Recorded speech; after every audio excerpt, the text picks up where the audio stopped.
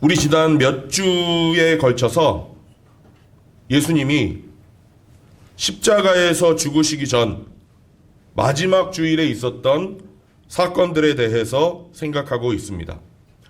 예수님이 이 땅에서 33년을 사셨는데 공적인 사역을 시작하기 전, 다시 말하면 30세 이전의 사건은 성경에 거의 기록되어 있지가 않습니다. 그게 무슨 얘기죠? 30세부터 33세까지 예수님이 십자가에 죽으시기 전까지의 사건이 주로 성경에는 기록되어 있다는 말씀입니다. 마태, 마가, 누가, 요한, 복음서, 이 사복음서의 약 3분의 1 정도가 예수님이 죽으시기 전 마지막 일주일의 사건들을 기록하고 있습니다. 3년의 시간 중에서도 마지막 일주일의 사건을 3분의 1 정도의 분량이 할애되어 있다는 것입니다. 근데 이때 사건들을 보면 마치 아주 재미있는 한 편의 스릴러 소설을 읽는 것처럼 느껴지기도 합니다. 예수님을 대적하는 사람들이 예수님께 와서 도전하고요. 그러면 예수님이 그 대적들을 또 물리치시고 이렇게 모험과 지혜가 얽히고 얽힌 스릴러 소설 한 편을 보는 것처럼 아주 묘한 긴장감이 느껴지는 게 이 복음서의 3분의 1에 해당되는 내용입니다. 예수님을 도전해 오는 그 예수님의 대적들을 계속해서 물리치십니다.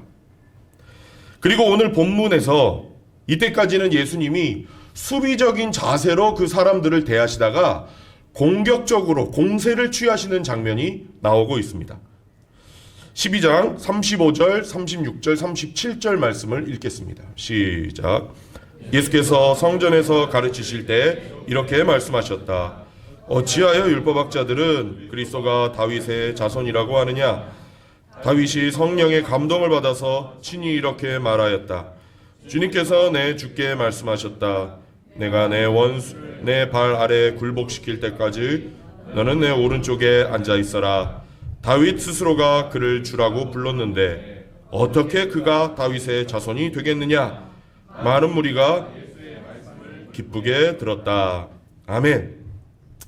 예수님이 이 말씀에서 인용하신 것은 구약성경 시편 110편입니다. 시편 110편은 이스라엘 사람들 모두가 알고 있었습니다. 뭘 알고 있었느냐? 장차 오실 메시아에 대한 예언이구나 라는 것을 다 알고 있었어요. 그런데 이 예언을 누가 했느냐? 다윗이 했습니다. 다윗이 예언한 장차 오실 메시아에 대한 예언, 예수님도 알고 있었고 예수님을 지금 공격하는 그 사람들도 알고 있었습니다. 그런데 이 다윗의 예언에 보면 시편 110편 1절을 읽어보면 주께서 내 주께 말씀하셨다, 이런 구절이 나옵니다. 주께서 내 주께 말씀하셨다. 이게 우리나라 말로 하면 똑같은 주라는 단어인데요. 히브리 성경에 보면은 먼저 번에 나오는 주는 하나님이고 두 번째 나오는 주는 나의 주인 아도나이라는 뜻으로 쓰였습니다.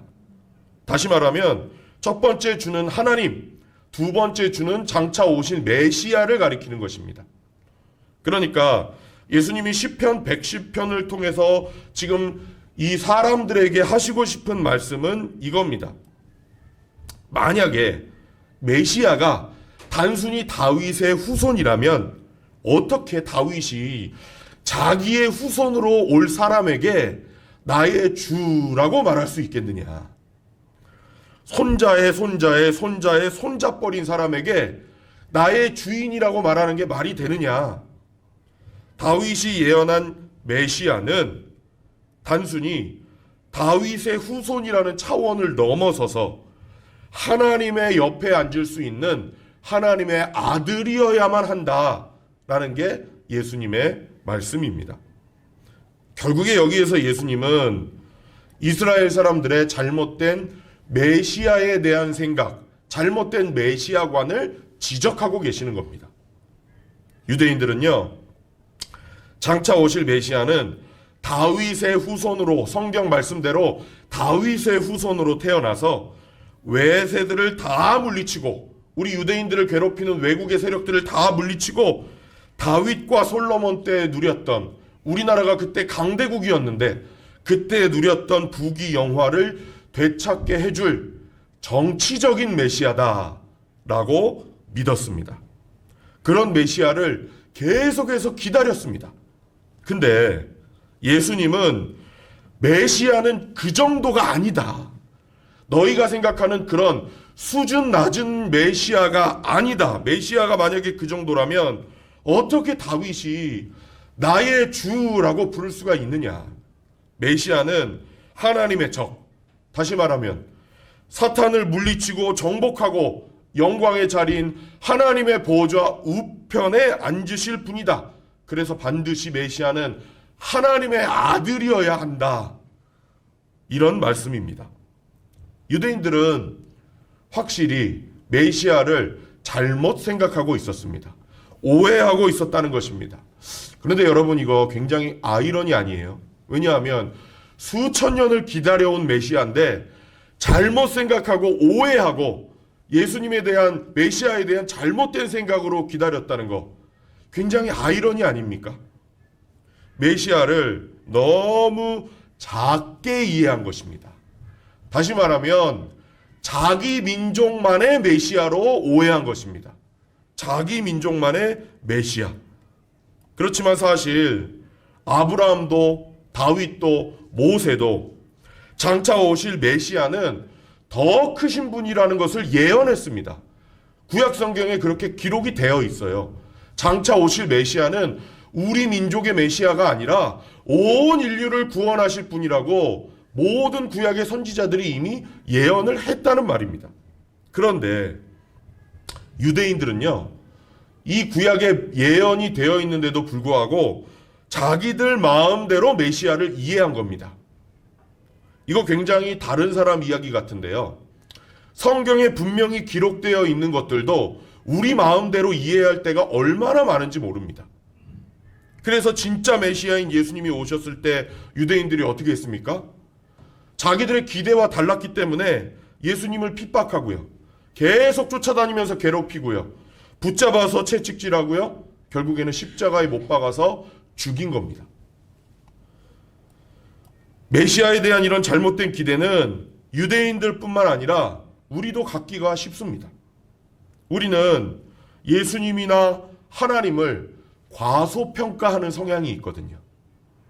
그래서 첫째로 우리가 기억해야 될 것은 예수님을 과소평가하지 말아야 한다는 것입니다.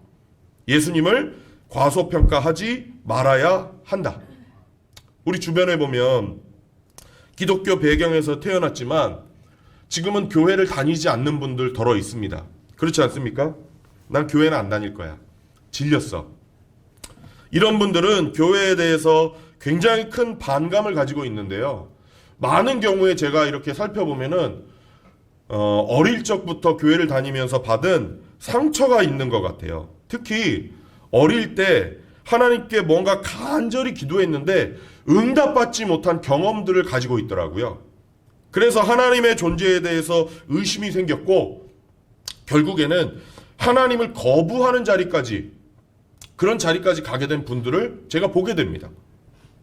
근데 저는 이런 분들 보면요, 인간적으로는 이해가 되는 측면이 있습니다. 인간적으로는 어릴 때 하나님은 전지전능하시고 하나님은 우리를 사랑하시고 예수님의 이름으로 기도하면 반드시 응답된다 라고 교회에서 들었고 그대로 믿은 겁니다.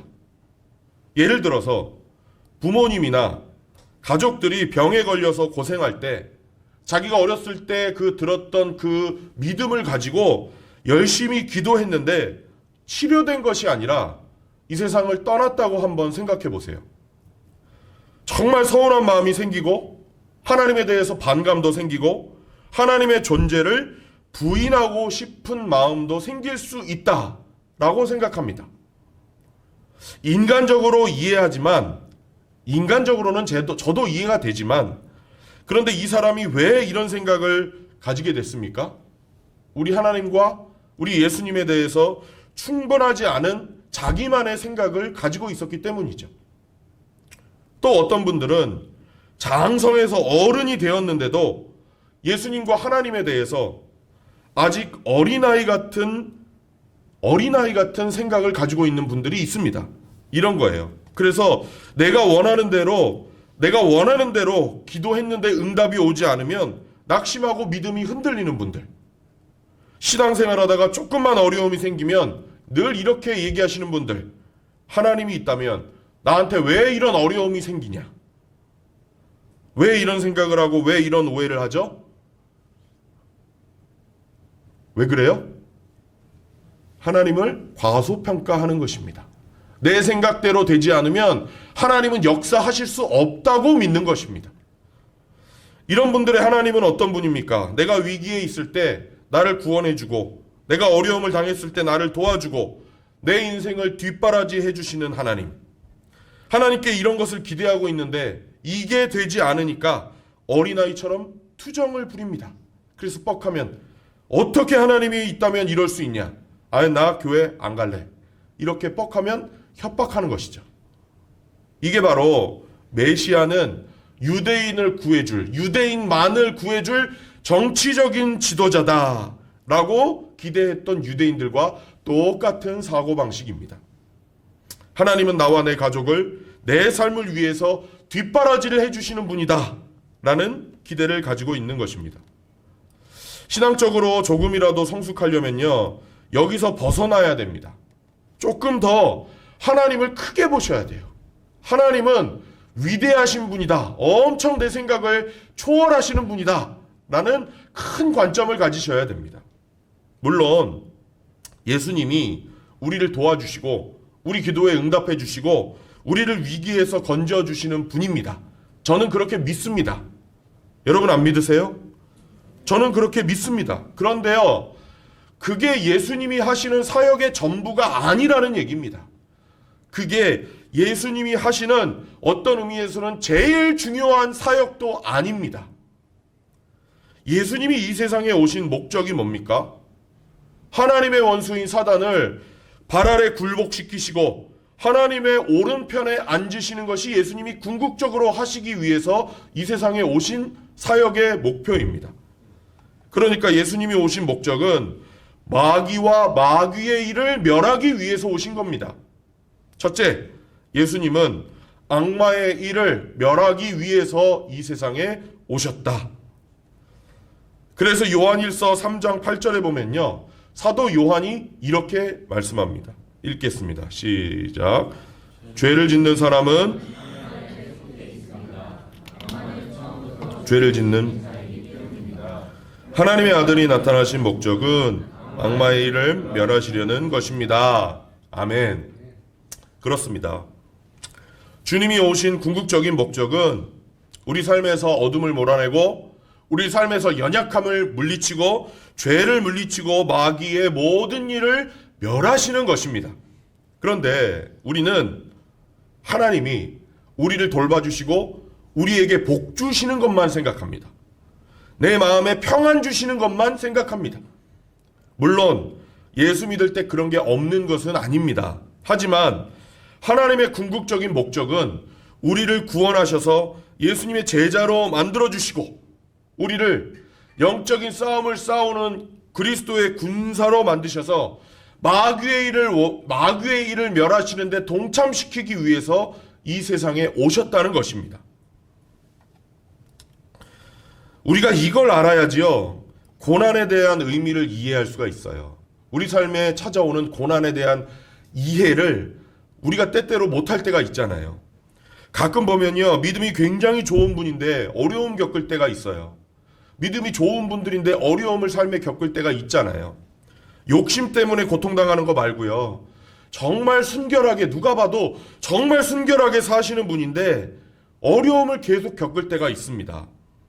어떤 때는 정말 하나님의 뜻에 합당한 기도 같은데 이게 응답되지 않을 때가 있어요. 계속 고난에 머물 때가 있습니다. 왜 그렇습니까? 왜 하나님 뜻대로 살고 신앙생활도 순결하게 잘하는데 왜 이런 일이 계속됩니까? 하나님이 우리를 부르신 것은 궁극적으로 마귀의 일을 멸하시고 주님의 사역에 동참시키려는 것이기 때문입니다. 그래서 우리 주위에서 어둠을 몰아내고 사탄의 계획을 다 깨어 부수기를 원하십니다. 그래서 우리가 마귀와 싸워서 이기려면 어떤 때는요, 내가 바라지 않는 고생, 내가 원하지 않는 희생이 필요할 때가 있을 수 있습니다. 그래서 두 번째로 악마의 일을 멸하기 위해서 고난이 필요하다라는 사실을 여러분 꼭 기억하십시오. 저는 이 사실을 성경에서 발견하게 됩니다. 예수님이 이 세상에서 얼마나 많은 능력을 행하셨어요. 예수님이 이 세상에 3년을 사역하시면서 얼마나 많은 기적을 행하셨습니까? 귀신을 쫓아내셨죠. 질병을 고치셨죠. 죽은 사람을 살리셨습니다. 그런데 예수님이 궁극적으로 사탄을 패배시키고 죽음을 정복하기 위해서는 반드시 필요한 게 있었습니다. 뭐였죠? 뭐였습니까? 고난이죠. 예수님이 직접 고난을 당하셨어야 됐습니다. 예수님이 기적으로 사람을 구원하시는 게 아니라 고난을 당하시고 결국에는 십자가에 죽으셔야만 했다는 것입니다. 마찬가지로 우리의 영적인 싸움은요, 어떤 경우에 고난과 희생을 우리에게 요구할 때가 있다는 것입니다. 사도행전 보면요, 이런 대표적인 예가 나오지 않습니까? 바로 스데반 집사님이에요. 이분이 전도하다가 돌에 맞아 죽었습니다.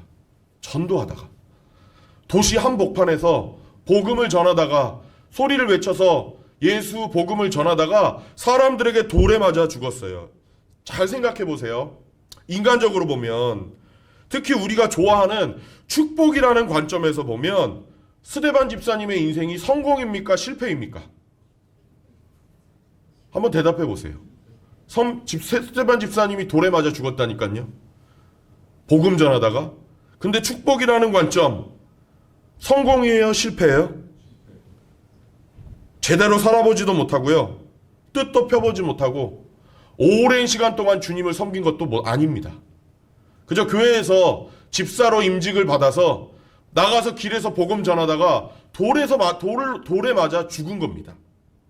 우리 눈으로 볼 때는 이분의 인생이 실패인데요, 제가 여태까지 설명한 관점, 우리가 주님의 사역에 동참해서 마귀의 일을 깨어 부수는 주님의 군사가 된다는 관점에서 보면요, 스데반 집사님의 인생은 정말 성공적인 인생입니다. 왜냐하면 스데반 집사님의 순교가, 기독교가, 복음이, 교회가 전 세계로 퍼져가는 계기가 되었기 때문입니다. 또 스데반 집사님을 죽이는데 주도적인 역할을 했던 핍박자 사울이 교회를 개척하는 사도 바울로 변화되는데 결정적인 역할을 했을 거라고 역사적인 증거들이 추정하고 있지 않습니까? 이렇게 마귀의 일을 멸하기 위해서 스데반 집사님처럼 그 정도까지는 아니더라도 우리에게 우리 삶에서 나름대로 고난과 희생이 필요할 때가 있다 없다? 있다는 것입니다. 하나님이 큰 일을 맡기시고 영적인 싸움을 싸우도록 부르신 것을 믿는다면 우리는 고난과 희생이 때로는 있을 수 있다는 사실을 기억하셔야 합니다.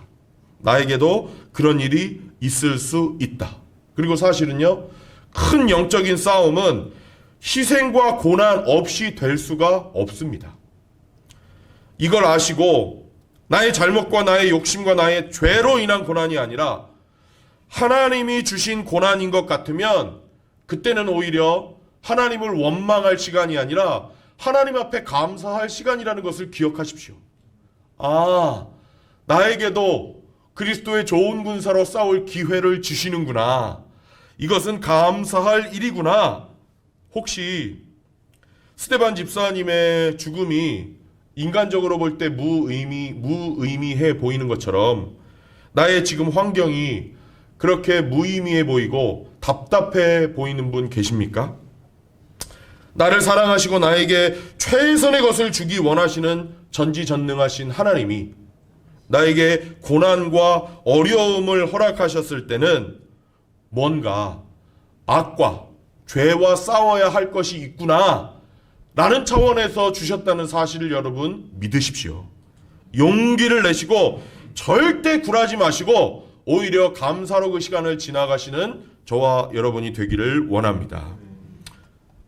예수님이 사람들의 잘못된 메시아관을 바로잡아 주신 다음에 예수님을 극렬하게 거부했던 율법 학자들에게 호되게 꾸짖으십니다. 예수님이 화내시는 건 제가 늘 강조드리지만 가난한 사람, 없는 사람, 잘 모르는 사람이 아니라 율법주의자들, 바리새인들, 성경을 자기 마음대로 해석하는 그 사람들이었습니다. 예수님이 화내시는 장면이 38절부터 40절입니다. 시작. 예수께서 가르치시면서 이렇게 그들은 예복을 입고 다니기를, 장터에서 인사받기를 좋아하고, 회당에서는 높은 자리에 앉기를 좋아하고, 잔치에서는 윗자리에 앉기를 좋아한다. 그들은 과부들의 가산을 삼키고 이런 사람들이야말로 엄한 심판을 받을 것이다. 아멘. 공적인 기도, 공기도만 시키면 길게 하시는 분들, 예수님이 뭐라고 하세요? 그냥 읽기만 하셨어요? 뜻은 생각 안 하시고? 제자들에게 이런 사람들을 뭐 하라고 하시는 거예요? 조심하라는 겁니다. 공기도만 시키면은 어려운 단어 써가면서 오래 하시는 분들 있잖아요. 예수님이 대놓고 얘기하시는 거예요. 그런 사람들 조심해라. 당시의 율법학자들이 그랬거든요. 기도하는 티를 일부러 많이 냈습니다. 시장에서 기도했어요. 사람들 많이 다니는 곳에서. 다른 사람이 볼 때 거룩하게 보이기 위해서요. 옷도 어떤 걸 입었어요? 요즘 목사님들 설교할 때 입는 옷들을 입었어요. 여기 이렇게 술이 달린 옷. 술이 달린 옷. 제가 늘 말씀드리잖아요. 목사님들이 입는 그 가운, 그거 무슨 가운이라고 했죠, 제가? 석박사 졸업 가운이라니까요. 거룩한 옷이 아니라니까요. 그런 옷을 일부러 입고요. 바리새인들은 일부러 주로, 그리고 또 거룩하게 보이기 위해서 흰색 옷을 입었어요. 흰색에 술이 달린 옷. 겉으로 보면 거룩해 보이는 옷. 율법학자들이 지나가면 그 당시에 규범이 어땠냐면, 율법학자들이 지나가면 다른 사람들은 일어나서 절을 해야 됐습니다. 인사를 해야 됐어요. 이거 완전히 조선시대 뭐예요? 조선시대 관리들 아니에요? 양반들? 유명한 랍비를 집에 모시면요, 두고두고 그 가문의 영광이었습니다. 우리 집에 유명한 랍비가 오셨었어. 자랑거리였어요. 잔치할 때도요, 상석은 이 사람들을 위해서 오든지 안 오든지 간에 항상 비워둬야 됐습니다. 혹시 랍비가 오실지 몰라. 회당에서도 율법학자들은 단 위에 올라가서 앉았는데 회중을 향해서, 사람들을 향해서 딱 폼을 잡고 앉아 있었습니다. 거룩하게. 그래서 제가 여기 뒤에 의자 없애버렸습니다. 웃으시라고 한 얘기인데. 그런데 예수님이 그런 자들을 향해서 이렇게 말씀하시는 거예요. 그 사람들은 과부들의 재산을 삼키는 사람들이다. 그 당시에 과부들은 부자가 아니었어요. 사회적으로 약자들이었습니다. 정말 없는 사람들, 경제활동을 하기 힘든 사람들이었습니다. 정확하게 이게 무슨 말인지 우리는 모르겠지만 아마 그 당시 상황을 생각해보면 둘 중에 하나였을 거예요. 기도 이야기가 나오는 걸 보니까 랍비들이 과부들에게 내가 당신을 위해서 축복기도 해준다라고 하면서 뭘 받았어요? 돈을 받았든지, 아니면 율법학자들이 이렇게 얘기한 겁니다. 하나님의 특별한 종인 우리를 잘 섬기면 당신은 뭘 받아요? 이거 되게 익숙하죠. 당신은 복을 받을 것입니다 라고 하면서 과부들이 하나님께 드린 헌금으로 호의호식을 했던 겁니다. 아마 이 둘 중에 하나였을 겁니다. 이런 율법학자들을 우리 예수님이 아주 심하게 꾸짖고 제자들에게 그런 사람들 진짜 조심해야 된다 라고 이야기하시는 겁니다. 근데 저는 이 말씀을 읽으면서 이런 생각이 들더라고요. 야, 이거 큰일 났다. 이거 정말 큰일 났구나. 왜냐하면 가만히 읽다 보니까 이게 다 제 얘기거든요. 이게 다 목사 얘기예요. 어쨌든지 저는 예배 드릴 때도 어디 있습니까? 여기 서잖아요. 여러분 앉아 계시지만 저는 강대상에 서지 않습니까? 잔치집에 가도요, 저는 목사라고 성도님들이 제일 앞자리에 꼭 앉으시라 그래요. 그리고 저도 이런 얘기합니다. 주님의 사역자들을 잘 대접하면 하나님이 복을 주실 겁니다. 실제로 성경에 그렇게 되어 있으니까요. 근데 이 구절이 제가 마음에 너무 찔려가지고 읽고 또 읽고 읽고 또 읽다 보니까 이게 목사에게만 하시는 얘기가 아니더라고요. 왜 그러냐?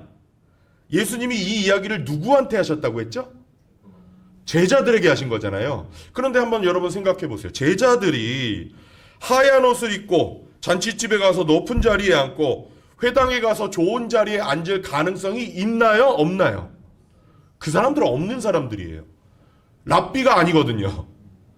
미천한 출신이잖아요. 양반이 아닙니다. 제자들에게 이 사람들을 조심하라라고 말씀하신 것은 그래서 그 사람들의 태도를 본받지 말라라고 말씀하신 거죠. 결국에 이 말씀은 율법학자들이나 목사들에게만 해당되는 것이 아니라 예수 믿는 모든 사람들에게 해당되는 것이니까 다 우리가 조심해야 되는 것이구나 라는 것을 제가 성경을 여러 번 읽다가 깨닫게 된 것입니다. 율법학자들의 태도를 본받지 않는 저와 여러분이 되어야 할 줄로 믿습니다. 우리 조심해야 될 거, 우리 오늘 성경 설교 제목대로 이러지 말아야 할 거, 둘째로 종교를 이용하지 말아야 합니다. 종교를 이용하지 말아야 한다. 그렇다면 구체적으로 종교를 이용하지 않는다는 게 뭐냐? 첫째, 겉으로 보이는 것보다 내면에 집중해야 합니다. 겉으로 보이는 것보다 내면에 집중해야 됩니다. 이 율법학자들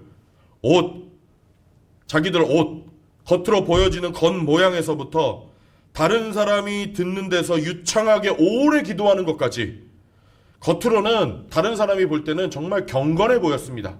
이 사람들 거룩하구나. 그런데 이렇게 외적인 경건을 강조하다 보니까 내적인 경건은 다 사라지게 되었습니다. 마태복음 23장에 보면요, 예수님이 율법학자들을 비난하면서 이렇게 욕하시는 장면이 나와요. 당신들은 회칠한 무덤이다. 당신들은 회칠한 무덤이다. 여러분, 회가 뭐냐면요, 시멘트 같은 거예요.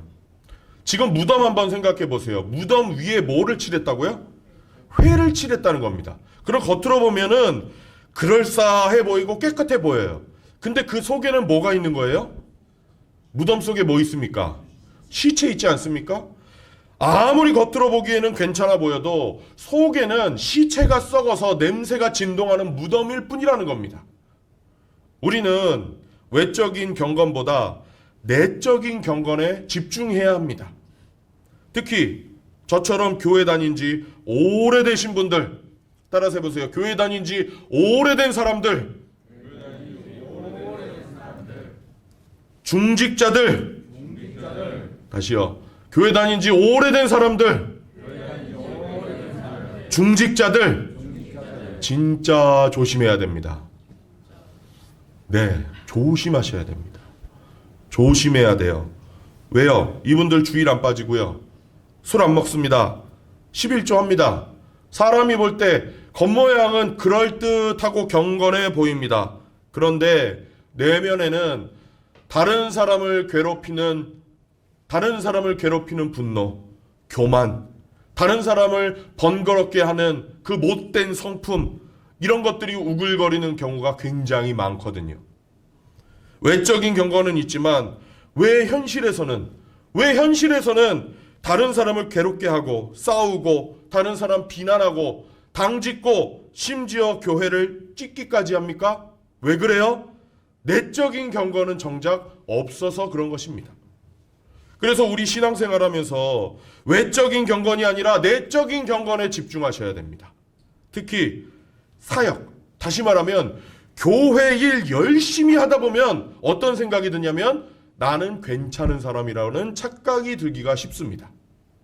나는 교회 일 열심히 하면 나는 괜찮은 사람이다. 그러면 제일 위험한 사람이 이 방 안에 있는 사람 중에 누굴까요? 누구예요? 네? 누구요?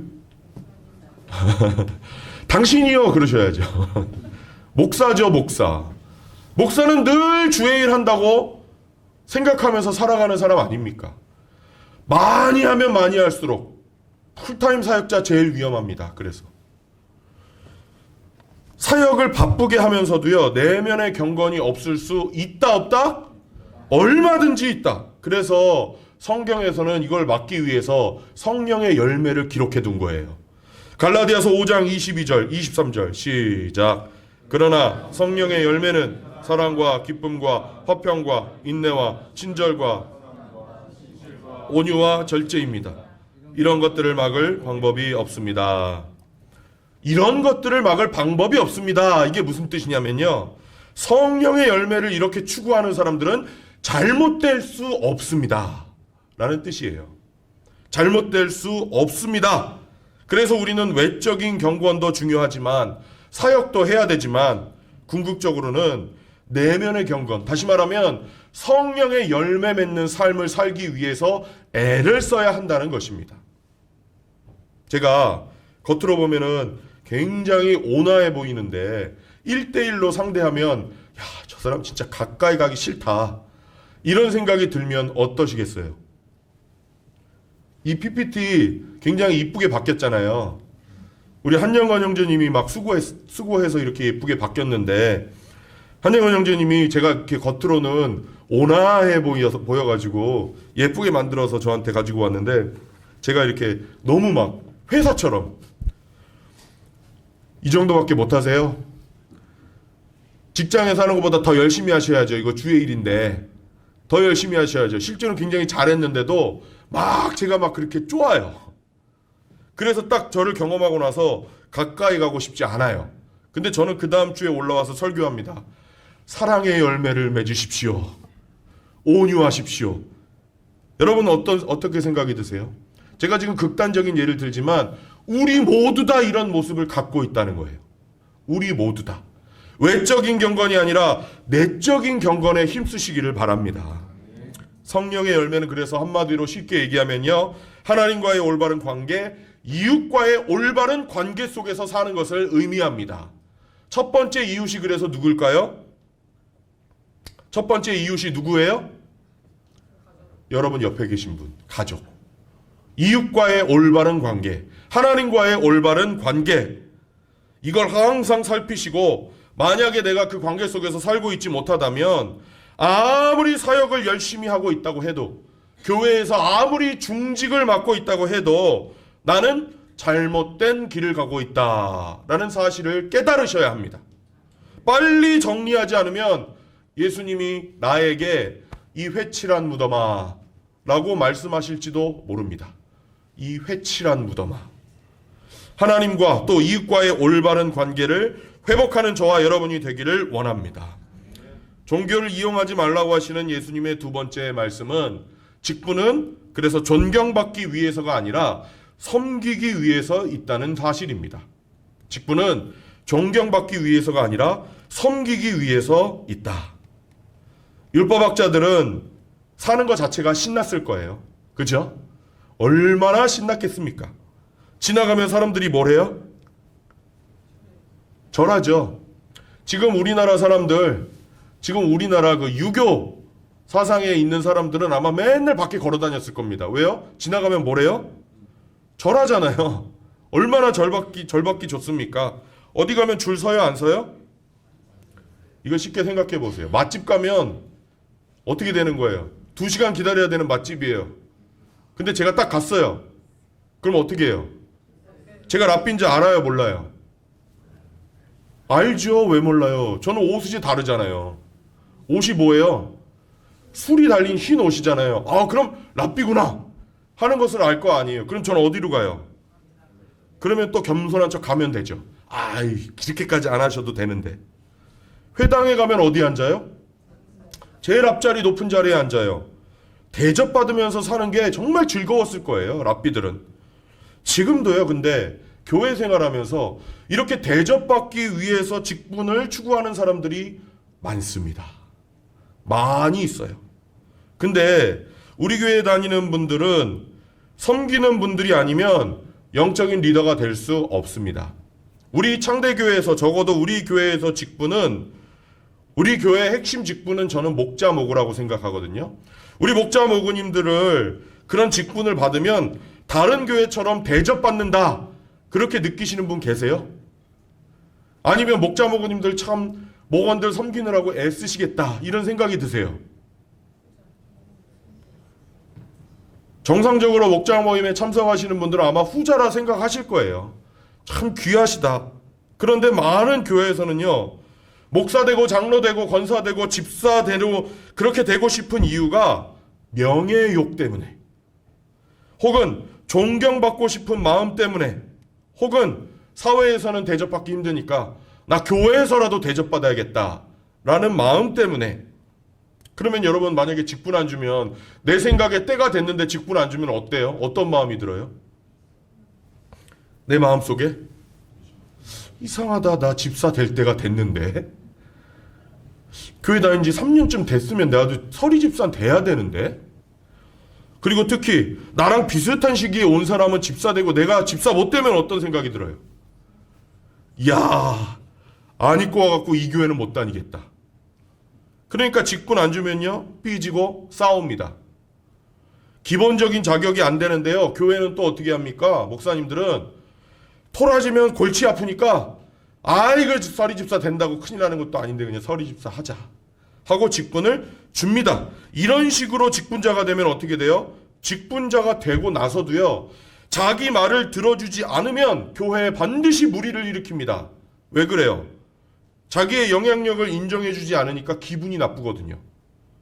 내가 기분이 나쁘니까 철없이 다른 사람 마음을 아프게 합니다. 이간질을 합니다. 이 교회 올 때 내가 처음부터 찝찝했어. 막 험담을 하기 시작합니다. 내가 중직자가 되면 또 어떻게 돼요? 교회 갈라놓는 거 일도 아니라고 생각합니다. 반 잘라서 내가 원하는 목사 모셔서 하면 되지, 이런 생각을 해요. 하나님이 우리에게 직분을 왜 주셨는지 도무지 이해를 못해서 그런 거예요. 하나님이 우리에게 직분 주신 이유는요, 존경받으라고 주신 게 아닙니다. 따라서 해보십시오. 섬기기 위해서. 다시 섬기기 위해서. 다시 말하면 중직자가 되면 앞치마 매라는 얘기예요. 장로가 되고 안수집사가 되면 뭐 매라? 앞치마 매라는 거예요. 장로가 되고 안수집사 되면 남들 없을 때 교회 와서 뭐 해라? 쓰레기 주스라는 얘기예요. 남들 있을 때 하는 게 아니라. 권사가 되면 뭐 하라는 얘기예요? 남들 보이지 않을 때 와서 교회에 부족한 것이 없나 살펴보라는 이야기예요. 사람들 있을 때가 아니라 뭐 할 때? 없을 때. 섬기기 위해서 섬기라고 직분을 주시는 거예요. 이 사실을 확실히 알고 있으면요, 피곤하고 때로는 어려워도 감사함으로 직분을 받게 되는 것입니다. 그래서 우리 창대교회에서 직분이라는 것은 자기의 만족이나 대접받기 위해서 받는 것이 아니라 섬기기 위해서 받는 것이다 라는 사실을 꼭 기억하시기를 바랍니다. 그렇기 때문에 여러분, 여기 계신 분들 다 큰 직분을 사모하십시오. 큰 직분자들이 되십시오. 많이 섬기시고 풍성하게 섬기시고 섬기는 자들에게 약속하신 축복을 다 받아 누리시기를 바랍니다. 종교를 이용하지 말라. 예수님의 세 번째 말씀은 교회 생활은 나의 이익을 위해서가 아니라 남을 돕기 위해서 해야 합니다. 교회 생활은 내 이익이 아니라 남을 돕기 위해서. 이 율법학자들이 과부에게 어떻게 했는지는 구체적으로 나와 있지 않다고 했습니다. 그렇지만 한 가지 확실한 것은 자기들의 위치, 자기들의 경건을 강조하면서 자기의 이익을 추구한 것은 확실합니다. 우리도 교회 생활할 때 그 목적이 나의 이익이면 안 됩니다. 어떤 분은요, 사업을 위해서 교회 나오시는 분들이 있습니다. 우리 교회는 안 계십니다. 그런데 사업 때문에 교회 나오시는 분들이 있어요. 제가 옛날에 어떤 분이 이렇게 얘기하는 것도 들어봤어요. 장로가 되면요, 교회에서 그 장로 이름 박힌 명함을 주는데 그게 사업에 도움이 됩니다. 이게 무슨 얘기죠? 자기가 장로 명함을 딱 어디 가서 사업할 때 주면은 자기를 믿어준다는 거예요. 그리고 그 교회 장로면은 사람들이 특히 더 믿어주고 조금 봐준다는 거예요. 이래서야 되겠습니까? 우리 교회는 아닌데 예전에 어떤 분이요 이렇게 얘기하는 것도 전 들어봤어요. 교회를 떠나고 싶은데요, 교회를 떠나면 사업이 어려워질 것 같아요. 비즈니스가 좀 힘들어질 것 같아요. 그래서야 되겠습니까? 어떻게 교회가 자기 이익을 위한 수단이 되겠습니까? 교회는 내가 남을 돕기 위해서, 다른 사람을 돕기 위해서 존재해야 되는 것 아니겠습니까? 물론 우리 신앙생활 처음 시작할 때는요, 교회가 나에게 어떤 도움을 줄까 이런 생각하는 거 정상입니다. 누구나 교회 처음에 올 때는 이런 생각합니다. 교회가 나에게 어떤 도움이 될까? 그런데 신앙생활을 좀 하고 어느 정도 자라난 다음에는 교회가 나에게 어떤 도움을 줄까가 아니라 내가 교회를 어떻게 섬길까? 교회를 통해서 내가 어떤 이익을 얻을까가 아니라 교회를 통해서 내가 어떻게 다른 사람을 도울 수 있을까? 이런 생각을 해야 되지 않겠습니까? 그러지 않으면요, 율법학자 되기 쉬워요.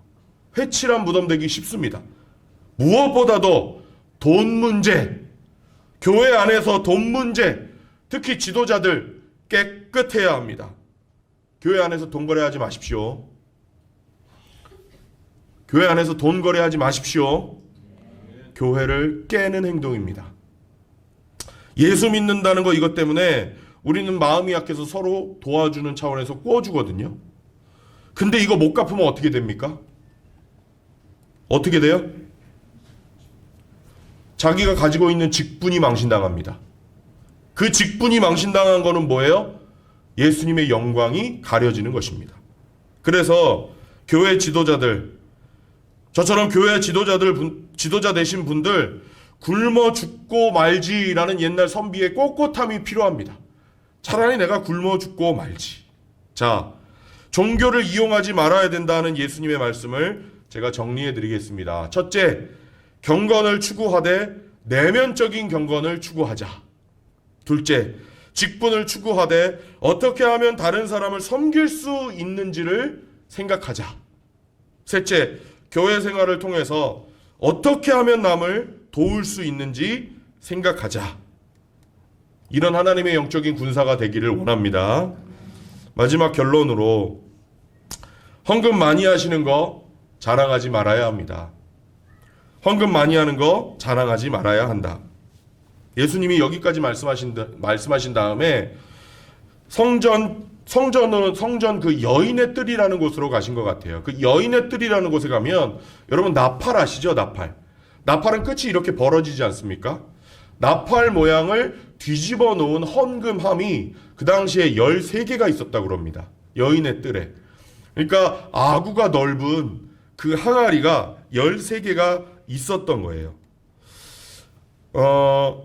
마지막 결론으로 그래서 두 가지를 저는 기억하시면 좋겠는데, 첫 번째는 하나님은 얼마를 바쳤느냐가 아니라 얼마를 희생했느냐를 보십니다. 얼마를 희생했느냐. 우리 41절부터 44절 마지막으로 읽겠습니다. 시작. 예수께서 헌금함 맞은 쪽에 앉아서 많이 넣는 부자가, 그런데 가난한 과부 한 사람은 와서 두입 곧 한 고드란트를 넣었다. 예수께서 제자들에게 곁에 불러놓고서 그들에게 말씀하셨다. 내가 진정으로 너희에게 말한다.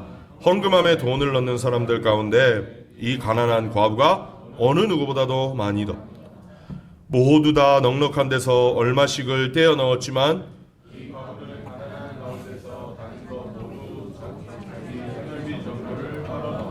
아멘. 여기 과부가 헌금한 돈을 렙돈 두닙이라고 했습니다. 렙돈은요, 그 당시 공용 화폐 중에 하나였는데 그리스인들이 사용하는 화폐였습니다.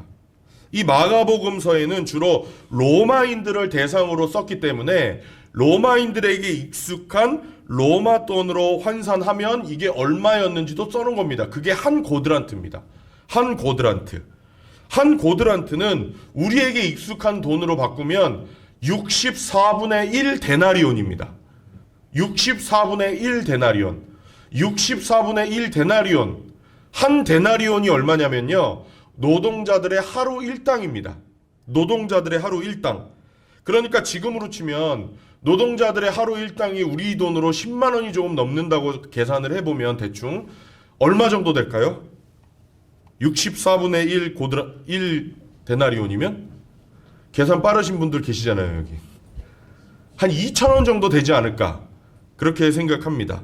한 2,000원 정도. 그런데 2,000원 정도를 헌금한 이 과부를 보시고 예수님이 어떻게 하셨어요? 이 과부가 제일 많이 헌금했다. 이미 엄청나게 많이 헌금하는 사람들을 보시고도 예수님이 이 과부가 제일 많이 헌금했다. 왜 그래요? 하나님은 얼마를 바쳤느냐를 보시는 게 아니라 얼마를 희생했느냐를 보시기 때문입니다. 과부의 전 재산이 2,000원은 아니었을 것입니다. 2,000원은 더 있을 수 있었겠죠. 그런데 과부가 희생한 게 부자들이 희생한 것보다는 훨씬 크다는 것은 확실합니다. 저는 이 말씀이 얼마나 위로가 되는지 몰라요. 왜냐하면 저는 부자는 아니거든요. 저도 많이 드리고 싶어요. 그런데 많이 드릴 능력은 없어요, 경제적으로. 그런데 예수님은 뭐라고 하세요? 내가 가진 것에서 많은 비율을 드리면 어떻게 하신대요? 네가 제일 많이 했다. 그러면 이게 얼마나 소망이 돼요. 저는 너무너무 이게 마음이 우리 중에도 실제로 그런 분들 계시잖아요. 하나님 은혜 감사해서 많이 드리고 싶으신 분들이 있어요. 그런데 막 어떤 이유에서든지 드리고 싶은데도 드리지 못하는 분들 계시잖아요. 많이 가진 것이 없든지 아니면 가족이 다 믿지 않아서 이걸 몰래 드려야 되든지 그래서 여러 가지 사연이 있어서 꽁치고 꽁쳐서 드리시는 분들이 있잖아요. 그런데 들으시면서도 마음이 편하지 않으신 분들 여러분 자유하세요. 그런 분들에게 예수님이 뭐라고 하세요? 네가 제일 많이 나에게 바쳤다. 이렇게 말씀하신다는 거예요. 여러분 하나님이 원하시는 헌금은 액수로 결정되는 것이 아닙니다. 하나님은 거지가 아니십니다. 하나님은 온 우주의 주인이십니다. 그런 하나님이 액수 큰 걸 요구하시겠습니까? 정성을 요구하시는 거 아니겠습니까? 얼마나 정성이 들어갔느냐, 얼마나 희생이 들어갔느냐를 보시는 분이십니다. 하나님은 그런 분이세요. 생명의 삶 들으신 분들 다 아시죠? 우리의 변화도 하나님이 얼마나 변화되려고 노력했느냐를 보신다고 하지 않았습니까? 우리의 사역도요, 하나님이 얼마나 열매가 있느냐, 열매가 몇 개냐를 보시는 게 아니라 얼마나 충성하고 있느냐를 보신다고 제가 말씀드리지 않았습니까? 하나님은요, 과정을 보시는 거예요. 그런 하나님이 내가 얼마를 헌금했느냐를 보신다? 아닙니다. 얼마나 정성과 희생이 들어갔느냐를 보시는 것입니다. 그래서 여러분 이 사실을 기억하시고 감사함으로 드리시기를 바랍니다. 끝으로 하나님은 희생이 들어간 헌금은 액수에 상관없이 기쁘게 받으신다는 사실을 기억하십시오. 예수님의 이런 말씀이 부자들에게 경고가 되었습니다. 왜냐하면 부자들이 헌금 드린 것은 액수는 많지만 가난한 분들에 비해서 비율로는 적었기 때문입니다. 비율로는 적었어요. 그래서 교회에서는요, 언제든지 누가 헌금을 제일 많이 하느냐, 사람이 볼 때는 많은 액수를 드린 사람이지만 하나님 나라에서는 많은 비율을 드린 분들이 가장 많이 헌금한 것입니다. 그리고 하나님은 그 헌금을 사용하셔서 하나님의 일을 이루실 줄로 믿습니다. 그래서 헌금 많이 했다고 자랑하는 분들, 우리 교회는 그런 분 안 계시지만 앞으로 물질의 복을 받아서 헌금 많이 한다? 자랑하시는 분들이 없기를 바랍니다. 없는 분들만큼 희생 안 하고도 헌금할 수 있는 게 오히려 감사 제목이 돼야 됩니다. 야, 이거 나 복 받았구나. 오히려 더 바치지 못하는 것을 안타까워 하시면서 하나님이 기뻐하는 희생의 헌금을 드리는 창대교회가 되기를 원합니다. 여러분, 우리 하나님 정말 좋으신 분입니다. 내가 얼마나 변했느냐를 보지 않고 얼마나 변하기 위해서 노력했느냐를 보시는 좋으신 분. 내가 얼마나 사역의 열매를 많이 맺었느냐를 보는 것이 아니라 지금 내가 얼마나 충성하고 있느냐를 보시는 분.